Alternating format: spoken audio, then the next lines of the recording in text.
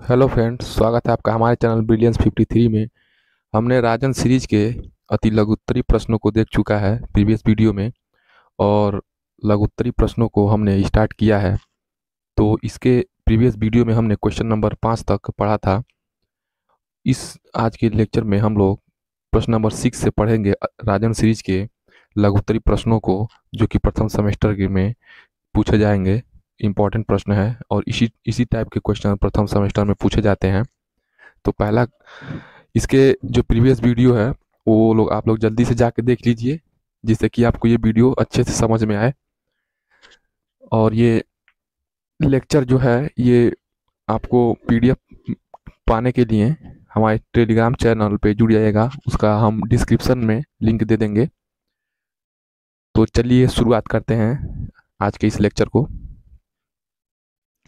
और इस लेक्चर को शुरुआत करने से पहले आप अपने दोस्तों में शेयर कर दीजिए और चैनल को सब्सक्राइब कर दीजिए। और हाँ, अगर वीडियो पसंद आए तो इसको लाइक भी कर दीजिएगा। तो यहाँ पे क्वेश्चन है, प्रश्न नंबर 6, तर्क और चिंतन को स्पष्ट कीजिए। थिंकिंग और लॉजिक को स्पष्ट करना है। तो तर्क क्या है? समस्या के समाधान के लिए चिंतन और तर्क की आवश्यकता होती है। यानी कि कोई भी प्रॉब्लम है उसको हम लोग सॉल्व करने के लिए चिंतन और तर्क की आवश्यकता होती है। तर्क चिंतन की सर्वोत्तम अवस्था है। मतलब चिंतन की जो सर्वोत्तम अवस्था होती है तर्क होती है। उसके लिए मस्तिष्क का सुसंगठित होना आवश्यक है, यानी कि माइंड का ऑर्गेनाइज्ड पैटर्न होना जरूरी है। तर्क की प्रक्रिया के लिए दो दशाएं आवश्यक हैं। एक तो व्यक्ति के मन में संप्रत्यय बन चुके होने चाहिए, यानी कि जो तर्क है, रीजनिंग है, लॉजिक है, उसके लिए दो दशा होनी चाहिए। एक व्यक्ति के मन में कोई भी कॉन्सेप्ट क्या हो जाएगा, पहले से होनी चाहिए। यानी कि किसी भी चीज को लॉजिक लगाने के लिए पहले हमारे माइंड में कॉन्सेप्ट बना होना चाहिए उस सब्जेक्ट के लिए। दूसरे, उसमें निर्णय करने की क्षमता होनी चाहिए। यानी कि पहले हमको कॉन्सेप्ट क्लियर होना चाहिए, और दूसरा क्या होनी चाहिए, हमारे अंदर क्षमता होनी चाहिए, डिसीजन मेकिंग की क्षमता होनी चाहिए। डिसीजन मेकिंग की क्षमता होनी चाहिए, यानी कि तर्क के लिए कॉन्सेप्ट पहले से पता होनी चाहिए और डिसीजन मेकिंग पावरफुल होनी चाहिए। इन दशाओं के अभाव में व्यक्ति तर्क नहीं कर सकते। यानी कि डिसीजन मेकिंग और कॉन्सेप्ट नहीं है पहले से, तो हम तर्क नहीं कर सकते। तर्क की प्रक्रिया में व्यक्ति अपने अनुभवों के आधार पर वर्तमान ज्ञान परिस्थितियों से अज्ञात परिस्थिति के संबंध में चिंतन और तर्क करता है। यहाँ पर देखिए, चिंतन, तर्क हम लोग ऊपर पढ़ चुके हैं, और चिंतन देखिए क्या होता है। मनुष्य सृष्टि की सबसे महत्वपूर्ण कृति है। इस सृष्टि में जितने भी जीव उत्पन्न हुए हैं उनमें मनुष्य सबसे अधिक विवेकशील प्राणी है, क्योंकि उसमें सोचने, विचारने और तर्क करने की शक्ति होती है। चिंतन और तर्क ही वह गुण है जो मनुष्य को अन्य जीवों से अलग करते हैं। अलग ही नहीं करते वरन उनसे ऊंचा उठाते हैं। चिंतन एक जटिल मानसिक प्रक्रिया है। चिंतन के द्वारा व्यक्ति किसी समस्या का समाधान करता है। चिंतन पर्यावरण अथवा परिस्थिति में उपस्थित समस्या से प्रारंभ होता है। जब व्यक्ति के सामने कोई समस्या उत्पन्न होती है तो वह उसका समाधान करना चाहता है, तो चिंतन प्रक्रिया प्रारंभ हो जाती है। भूख लगने पर हम भोजन प्राप्त करके अपने को संतुष्ट कर लेते हैं, लेकिन जब भोजन प्राप्त नहीं होता तो भोजन प्राप्त करने के लिए हम तुरंत चिंतन करने लगते हैं, क्योंकि तब भोजन की खोज हमारे लिए समस्या बन जाती है। जैसे कि आपको भोजन नहीं मिल रहा है तो भोजन की खोज करने के लिए लगते हैं आप चिंतन करने, क्योंकि तब भोजन की खोज हमारे लिए समस्या बन जाती है। इस प्रकार चिंतन समस्या से प्रारंभ होता है। यानी कि चिंतन के लिए हमें समस्या होनी चाहिए। अगर हमारे पास कोई समस्या है तभी ना उसके बारे में चिंतन करेंगे, और उसके समाधान पर क्या होता है, समाप्त होता है। यानी कि प्रॉब्लम से चिंतन स्टार्ट होता है और सॉल्यूशन पे समाप्त होता है। जब तक समाधान न निकले या जब तक व्यक्ति समाधान निकालने के प्रयत्न में थक न जाए तब तक चिंतन की प्रक्रिया बराबर चलती रहती है।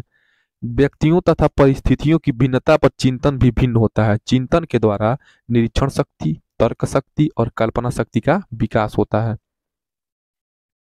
तथा व्यक्ति अपने वातावरण के साथ साथ समायोजन करने में समर्थ होता है।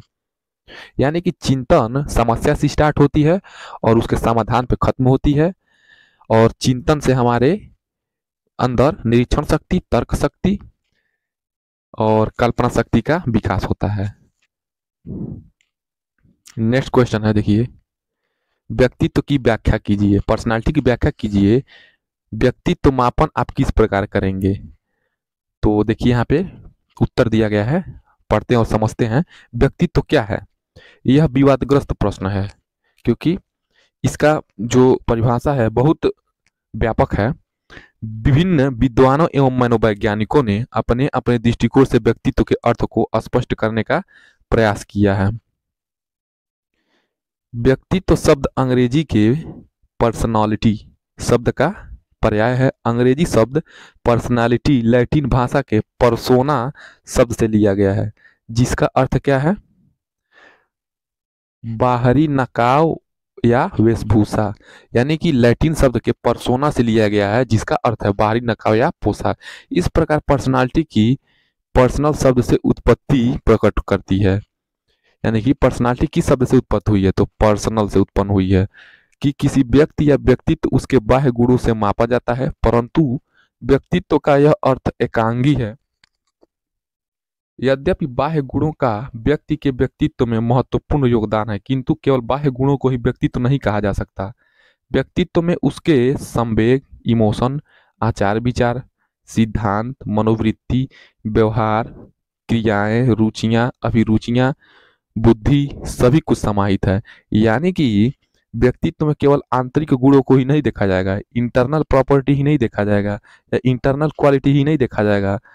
क्या देखा जाएगा? उसके संवेग क्या हैं, आचार विचार, सिद्धांत क्या है, उसके एटीट्यूड क्या है, उसकी इंटरेस्ट क्या है, ये सारी चीजें क्या होगी? व्यक्तित्व में समाहित होगी। तो व्यक्तिगत मापन की कुछ विधियां हैं, यानी कि व्यक्तित्व मापन की कुछ विधियां हैं। व्यक्तिगत राय होनी चाहिए, उससे व्यक्तिगत राय ले सकते हैं। तो व्यक्तित्व की मापन होता है उसके बारे में जीवन कथा पढ़ के, व्यक्ति के इतिहास के बारे में जान के, आलेखन विधि से, प्रश्नावली विधि से कुछ प्रश्नों को पूछ के उसके इंटरव्यू ले सकते हैं। जैसे बहुत सारे एग्जाम्स में इंटरव्यू होते हैं, वो क्या है? व्यक्तित्व मापन का ही या व्यक्तित्व परीक्षण का ही ये क्या है? स्टेज है, श्रेणी मूल्यांकन है। मतलब एग्जाम लेके उस बच्चे का उस सब्जेक्ट में उसको वो किस हिसाब से लिखता है क्वेश्चन आंसर को, उसके हिसाब से व्यक्तिगत सूचियों के बारे में। तो हम लोग ऊपर देख चुके हैं ना व्यक्तित्व क्या है। व्यक्ति देखिए यहाँ पे पर्सनालिटी है और पर्सनल शब्द से उत्पत्ति हुई है, और पर्सोना लैटिन शब्द से लिया गया है, जिसका अर्थ है बाहरी नकाब या वेशभूषा या मुखौटा। तो क्वेश्चन नंबर 8 है, देखिए क्वेश्चन नंबर 8 क्या है?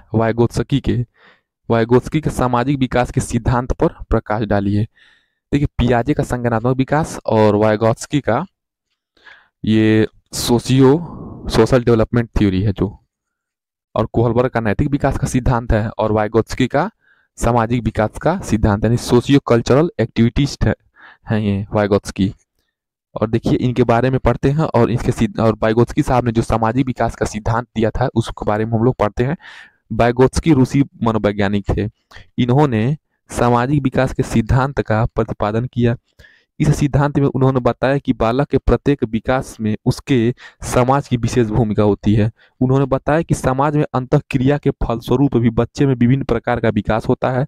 समाज में उसे जिस प्रकार की सुविधाएं उपलब्ध होंगी उसका विकास भी उसी प्रकार का होगा। यदि उसे उचित प्रकार की सुविधाएं उपलब्ध नहीं होंगे तो इससे उसके विकास पर प्रतिकूल प्रभाव पड़ेगा। जन्म के समय शिशु का व्यवहार सामाजिकता से बहुत दूर होता है। बाल्यावस्था में प्रवेश करने के साथ साथ अधिकांश बच्चे विद्यालय में जाना शुरू कर देते हैं। जैसा कि आपको पता है बाल्यावस्था के बाद प्राथमिक विद्यालय में प्रवेश की अवस्था है, उसमें क्या करते हैं? बच्चे विद्यालय जाते हैं और उनके सामाजिक विकास का दायरा बढ़ने लगता है। किशोरावस्था में लिंग संबंधित चेतना तीव्र हो जाती है। इस आयु में अधिकतर किशोर एवं किशोरियों अपने वयस्क समूह के सक्रिय सदस्य होते हैं। और देखिए सामाजिकता का विकास किसमें होने लगता है? यानी कि बाल्यावस्था में प्रवेश करने बच्चे का क्या होता है? सामाजिक विकास का दायरा बढ़ जाता है, और किशोरावस्था में क्या होता है? वो अपने वयस्क समूह के सक्रिय सदस्य हो जाते हैं।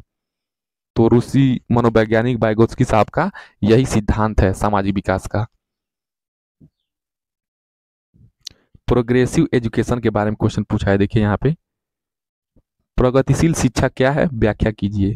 प्रगतिशील शिक्षा से आशय, प्रगतिशील शिक्षा में जॉन डेवी का योगदान अति महत्वपूर्ण है। पूछता है कि प्रगतिशील शिक्षा का सबसे ज्यादा योगदान किसका है, तो जॉन डेवी साहब का है।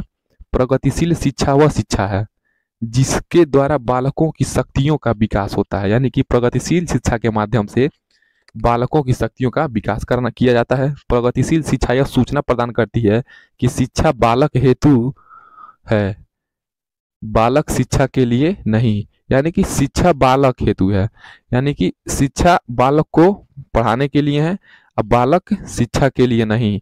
इसलिए शिक्षा के उद्देश्य से ऐसा वातावरण निर्मित करना चाहिए जिससे प्रत्येक बालक को सामाजिक विकास का पर्याप्त अवसर मिल सके। यानी कि शिक्षा के माध्यम से बालक के अंदर अच्छे गुणों और उसके वातावरण को ऐसे निर्मित करना चाहिए जिससे वो अपने सामाजिक विकास का क्या कर सके, अवसर प्रदान उसे किया जाना चाहिए। प्रगतिशील शिक्षा में शिक्षण विधि को अधिक व्यवहारिक करने पर जोर दिया जाता है, यानी कि प्रगतिशील शिक्षा में शिक्षा को व्यवहारिक करने पर जोर दिया जाता है। जॉन डेवी के प्रगतिशील शिक्षा के अंतर्गत शिक्षा में दो तत्वों को महत्वपूर्ण माना गया है, यानी कि पहला रुचि और दूसरा प्रयास। यानी कि जो प्रगतिशील शिक्षा है उसमें दो मेन फैक्टर हैं। पहला क्या है, रुचि होना चाहिए, और दूसरा क्या है, वो बच्चा प्रयासरत होना चाहिए। शिक्षक को बालक की स्वाभाविक रुचियों को समझकर उसके लिए उपयोगी कार्यों की व्यवस्था करनी चाहिए। बालक को स्वयं कार्यक्रम बनाने का अवसर दिया जाना चाहिए। डीवी के शिक्षा पद्धति संबंधित स्वयं कार्यक्रम के विचारों के आधार पर प्रोजेक्ट प्रणाली का जन्म हुआ। इसके अंतर्गत बालक को ऐसे कार्य करने के लिए दिए जाने चाहिए जिनसे उनमें स्फूर्ति, सेल्फ कॉन्फिडेंस, आत्मनिर्भरता और मौलिकता का विकास हो। प्रगतिशील शिक्षा का उद्देश्य बालकों में शिक्षा के माध्यम से प्रजातांत्रिक मूल्यों की स्थापना करना है। तो देखिए जो जॉन डेवी का प्रगतिशील शिक्षा का मॉडल है उसमें पहला आपका इंटरेस्ट, उसकी दो मुख्य आयाम है, इंटरेस्ट, और दूसरा क्या हो जाएगा, प्रयास, यानी कि एफर्ट्स।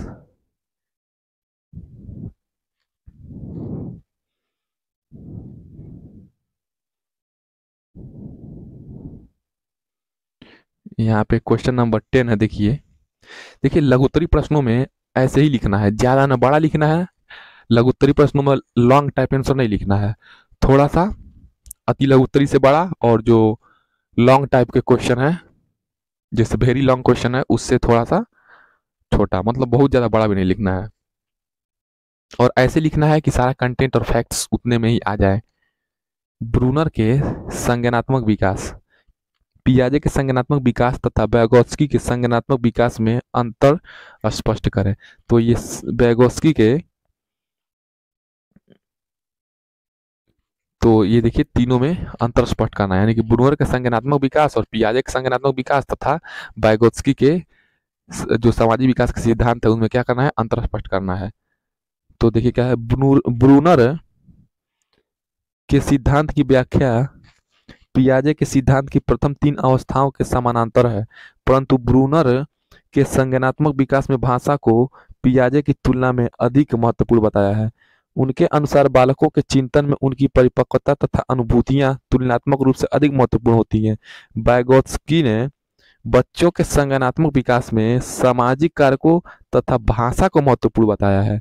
इसलिए वैगोत्स्की के संज्ञानात्मक विकास के सिद्धांत को सामाजिक सांस्कृतिक विकास का सिद्धांत भी कहा जाता है, यानी कि सोशियो कल्चरल डेवलपमेंट भी कहते हैं इसको वैगोत्स्की को, क्योंकि इन्होंने सामाजिक विकास के कारकों तथा भाषा को महत्वपूर्ण माना है। और जो ब्रूनर साहब हैं वो भाषा को क्या माने हैं, इंपॉर्टेंट माने हैं। पियाजे के अनुसार बच्चों के संज्ञानात्मक विकास में संस्कृति एवं शिक्षा की भूमिका महत्वपूर्ण नहीं है। मतलब पियाजे साहब ये कहते हैं कि बच्चों में संज्ञानात्मक विकास और संस्कृति एवं शिक्षा की भूमिका उतना महत्वपूर्ण नहीं है जितना महत्वपूर्ण वो वैगोत्स्की साहब ने माना है। वैगोत्स्की ने इसे अस्वीकृत कर दिया। तो वैगोत्स्की साहब ने कहा नहीं, ऐसा नहीं है कि बालक के विकास में संस्कृति यानी कि कल्चर और उसकी शिक्षा की भूमिका नहीं है। बहुत ज़्यादा भूमिका होती है इसकी। तो vygotsky साहब ने क्या किया, उनका कंट्राडिक्ट किया, उनका विरोध किया और कहा कि यह बच्चों के जिस उम्र में भी किसी संज्ञानात्मक कौशल को सीखते हैं उन पर इस बात का अधिक प्रभाव पड़ता है कि क्या संस्कृत से उन्हें संगत सूचना प्राप्त हो रही है या नहीं। नेक्स्ट क्वेश्चन है, देखिए क्वेश्चन एक ही, ये पूछने का तरीका अलग अलग है। व्यक्तित्व क्या है, इसके कितने प्रकार हैं, स्पष्ट करें। बहिर्मुखी व्यक्तित्व की क्या विशेषताएं हैं, अंतर्मुखी व्यक्तित्व से आप क्या समझते हैं, अथवा व्यक्तित्व को परिभाषित करिए। चूंकि हमने व्यक्तित्व को ऊपर परिभाषित कर चुका है तो आप वो देखिए। व्यक्तित्व क्या है, व्यक्तित्व अंग्रेजी में से कहते हैं पर्सनैलिटी, और लैटिन भाषा में पर्सोना से लिया गया है, जिसका मतलब है बाहरी नकाब या वेशभूषा। तो व्यक्तित्व शब्द क्या है, बहुत व्यापक शब्द है। इसका प्रयोग हम विभिन्न अर्थों में किया करते हैं। यदि कोई सुंदर है तो हम कह सकते हैं कि उस व्यक्ति का व्यक्तित्व आकर्षक है। यदि कोई व्यक्ति सुंदर न होते हुए भी अपने अच्छे विचारों से दूसरों को आकर्षित कर सकता है, इस प्रकार कोई व्यक्ति अधिक बोलता है, कोई कम बोलता है, ये सभी बातें सभी व्यक्तियों में अंतर्निहित होती हैं। कोई कम बोलता है, कोई ज्यादा बोलता है, कोई कम सुंदर है, वो कोई ज्यादा सुंदर है, कोई अट्रैक्टिव है, तो ये क्या है, कह सकते हैं कि वो उस व्यक्ति का पर्सनालिटी वैसा है। वुडवर्थ के अनुसार व्यक्तित्व व्यक्ति के बाहर व्यवहार का वह समग्र गुण है। व्यक्तित्व के विकास पर वंशानुक्रम के साथ साथ पारिवारिक, सामाजिक और विद्यालय वातावरण अपना महत्वपूर्ण प्रभाव डालते हैं। मनोवैज्ञानिक दृष्टि से संपूर्ण व्यक्तित्व को दो भागों में विभाजित कर सकते हैं। पहला बहिर्मुखी एक्सट्रोवर्ट, अंतर्मुखी इंट्रोवर्ट। इन दो भागों के साथ तीसरा भाग विकासोन्मुखी बाद में जोड़ दिया गया, क्योंकि संपूर्ण मानव जाति इन दो भागों के अंदर नहीं आ सकती। यानी कि इंट्रोवर्ट और एक्सट्रोवर्ट ही नहीं है पर्सनालिटी का क्लासिफिकेशन, इसका एक थर्ड क्लासिफिकेशन बाद में जोड़ा गया, विकासोन्मुखी स्वभाव वाला।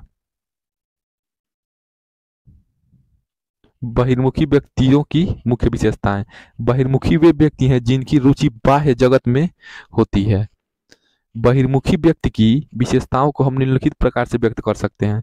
कार्य करने की दृढ़ इच्छा और बहादुरी से कार्यों में रुचि रखते हैं।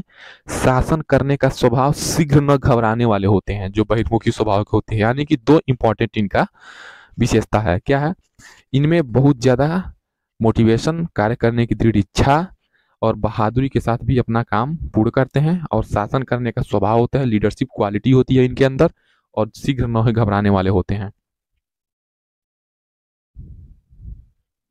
फिर से वही क्वेश्चन है, तो हम लोग आगे चलते हैं।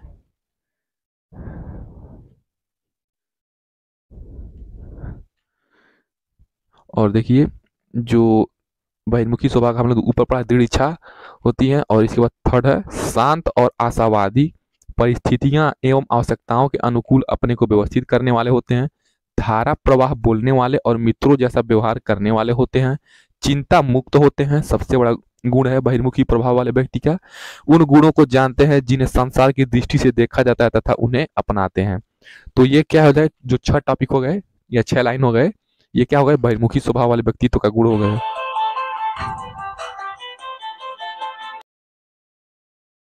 तो यहाँ पे हमने 6 टॉपिक को दे चुका, 6 लाइन को। उन गुणों को जानते हैं जिन्हें संसार की दृष्टि से देखा जाता है तथा उन्हें अपनाते हैं, ये हो गया। अब इंट्रोवर्ट व्यक्ति की, पर्सनालिटी वाले व्यक्ति की क्या विशेषताएं होती है, वो हम लोग देखेंगे। ऊपर हमने एक्सट्रोवर्ट का देख लिया विशेषता। जो इंट्रोवर्ट व्यक्ति वाले होते हैं उनकी रुचियां स्वयं में होती हैं और स्वयं जीवन की ओर आंतरिक रूप से जुड़ी होती हैं। अंतर्मुखी व्यक्तियों की विशेषताओं को हम इस प्रकार व्यक्त कर सकते हैं। यह लोग क्या होते हैं, कम बोलने वाले होते हैं, लज्जाशील होते हैं, शर्मीले होते हैं तथा पुस्तकों तथा पत्र पत्रिकाओं को पढ़ने में रुचि लेते हैं। इनका व्यवहार आज्ञाकारी होता है, परंतु ये शीघ्र ही घबराने वाले होते हैं। शांत स्वभाव के होते हैं लेकिन क्या होते हैं, घबराने वाले होते हैं। इनके अंदर लचीलापन नहीं होता है। इनके अंदर आत्मचिंतन होता है, यह चिंतन बहुत करते हैं। अपने भावों को अपने तक सीमित रखते हैं। आज्ञाकारी, स्वयं के लिए चिंतित, संदेही एवं सावधान होते हैं। अधिक लोकप्रिय नहीं होते। और क्या क्या विशेषताएं हैं इनके अंदर, अच्छे लेखक होते हैं, लेकिन हमको अच्छे लेकिन अच्छे वक्ता नहीं होते और चुपचाप रहते हैं।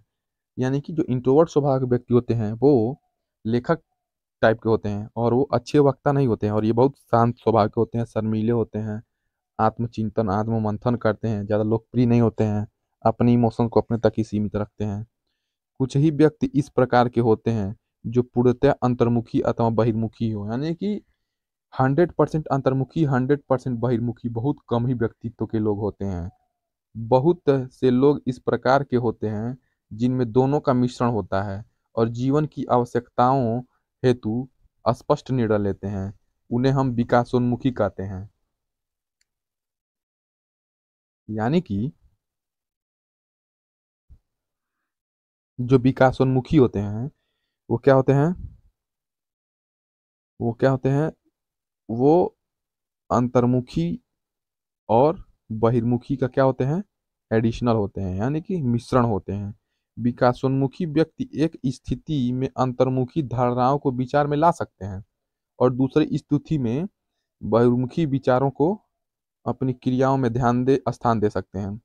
उदाहरण हेतु एक व्यक्ति अच्छा लेखक एवं वक्ता दोनों हो सकता है। यानी कि ये वो क्या है, अच्छा लेखक होना किसका गुण है, इंट्रोवर्ट का, और वक्ता होना एक्सट्रोवर्ट का। यानी कि इंट्रोवर्ट प्लस एक्सट्रोवर्ट मिला के विकासोन्मुखी हो जाएगा, यानी कि एम्बाइवर्ट हो जाएगा।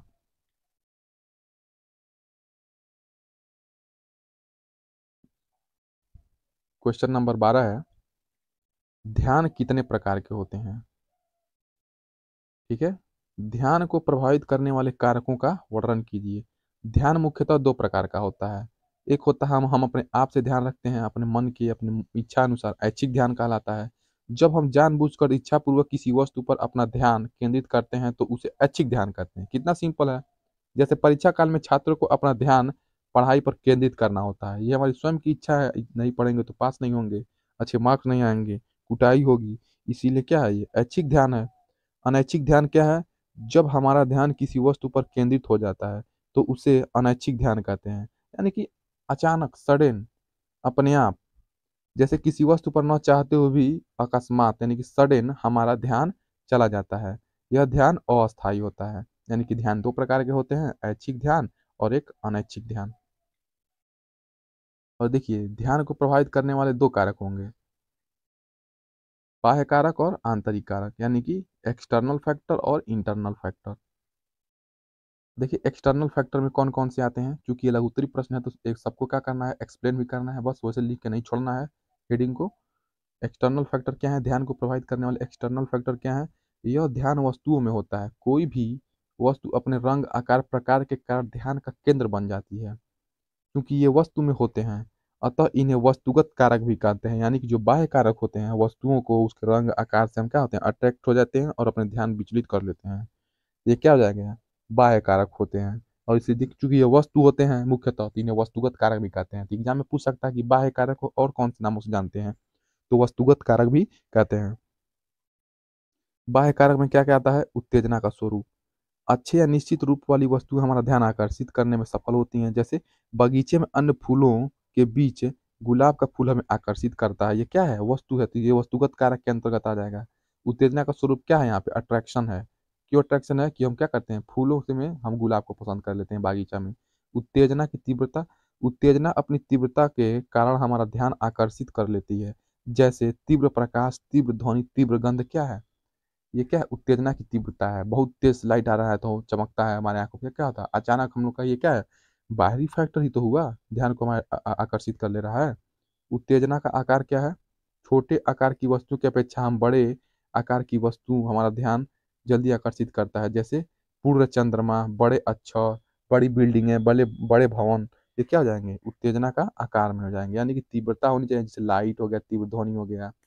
गुलाब का फूल पसंद आ गया आपको बागीचे में और कोई फूल नहीं पसंद आ रहा है, उत्तेजना का आकार क्या, चंद्रमा, सूर्य, बड़े अक्षर, कोई स्टेरॉइड देख लिए।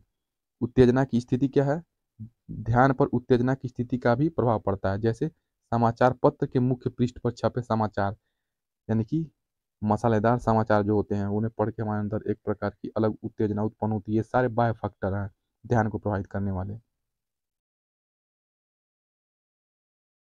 उत्तेजना की गति, गतिशील वस्तुओं पर ध्यान सरलता से हो जाता है, जैसे जलते बुझते बल्ब, चलती ट्रेन आदि। उत्तेजना की नवीनता, नवीन वस्तुएं, नए खेल आदि ध्यान आसानी से आकर्षित करती हैं। आंतरिक कारक क्या है, इंटरनल फैक्टर क्या है, हमारी आवश्यकताएं। जो वस्तु व्यक्ति की आवश्यकताओं को पूरा करती है उन पर हमारा ध्यान अपने आप चला जाता है। जैसे भूखे व्यक्ति का खाने की वस्तु पर ध्यान चले जाना, अच्छे अच्छे पकवान देख के हमारा मन अपने आप उस पर ध्यान चला जाता है। ये क्या है, आंतरिक फैक्टर है। रुचि, हमारी जिन चीजों में रुचि होती है उस पर हमारा ध्यान जाता है, जैसे संगीतज्ञ का ध्यान अच्छे गाने की ओर जाता है। आदत के अनुकूल हम वस्तुओं पर ध्यान देते हैं, जैसे चाय पीने वाले लोगों का ध्यान चाय की दुकान पर जाता है। ये क्या है, हमारी आदत है, यानी कि जिस चीज में हमारी आदत है उसकी चीज पे ध्यान अपने आप चला जाता है। ये हमारी क्या है, आंतरिक फैक्टर है। तो हमने यहाँ पे क्वेश्चन नंबर 12 तक पढ़ चुका है, यानी कि 7 क्वेश्चन हम लोग पढ़ चुके हैं इस वीडियो में। और तब तक के लिए हमारे चैनल को शेयर, लाइक और सब्सक्राइब कर दीजिएगा, ताकि जो भी पढ़ने वाले हैं उन्हें अच्छे से वीडियो प्रोवाइड हो सके। और तब तक के लिए हम लोग मिलते हैं नेक्स्ट वीडियो में, तब तक के लिए जय हिंद।